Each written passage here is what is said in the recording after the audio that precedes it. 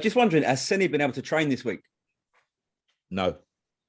He hasn't. So is he kind of a doubt then for tomorrow? He's kind of injured.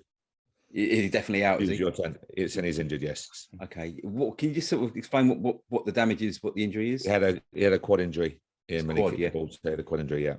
So is there any sort of time frame on that? Is it a serious one? No, I'll leave that to medical. I'm never going to give that information out in, you know that. But the medical boys look after him now. He's in the care of the medical team. So we'll see how his progress continues.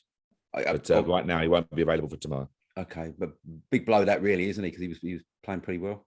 He's playing well. So is David Marshall, as we spoke about. And there's lots of contention about who should play and whatever. David Marshall's been outstanding for us from the moment he came in. So I've got no hesitation, no worries about David whatsoever in. Okay, I guess you're probably pleased to see the back of February, new month, March, new set of fixtures. I think the matches, the Reading game and the second half against West Brom and the second half against Hull, you really look back to yourselves. But are you a bit concerned about the slow starts? Because some of the games this season you kind of haven't really come out the blocks, or is that just a case of teams sort of stopping you playing? Is that what it is? Teams are not going to let you play, and I read some of the rhetoric. Sometimes you just have to laugh at people's comments. Teams aren't going to let you come here and say, let's play expansive football, give QPR the ball, let them go and tear us open and enjoy it. It's not going to happen. So I think that for us, the early goal changed the dynamic of the game. As obvious, and there's no secrets being given away here. Any team, we score early, like for example against Reading, they've got to get something out of the game. They've got to try and attack us to get something.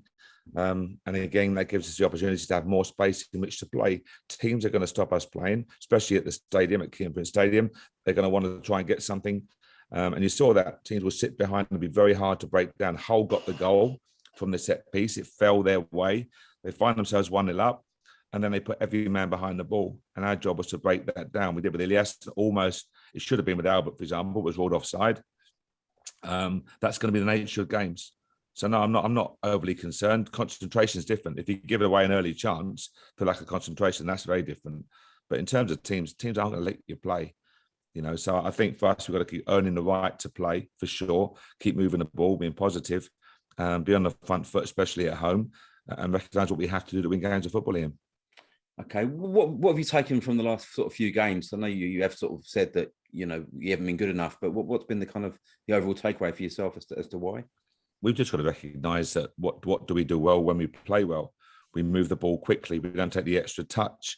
We're more ruthless in the final third. Quality of delivered ball, being brave to get on the ball and play out from the back, not to go long too early. Not to see a channel ball as being a negative ball. It's just recognising our strengths in. We're a good team when we play well, when we move the ball quickly, when we're on the front foot. Teams can't clear their lines. We pick up second ball and we look at dangerous opponents. So we have to make sure we recognise our strengths, try and play to them.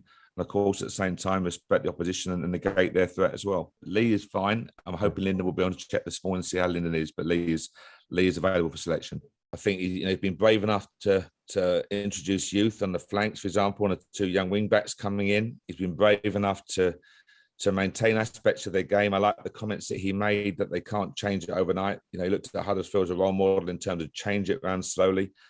Carlos was very close to the sack and that they stuck with him. And, so I like the comments Steve made, obviously very experienced from his playing career. But I think he's introducing youth. He's adhering to some of the key principles that have worked for them in terms of physicality, set pieces. They're still, I think, third in the league. So I think he's got the blend right and done a great job so far.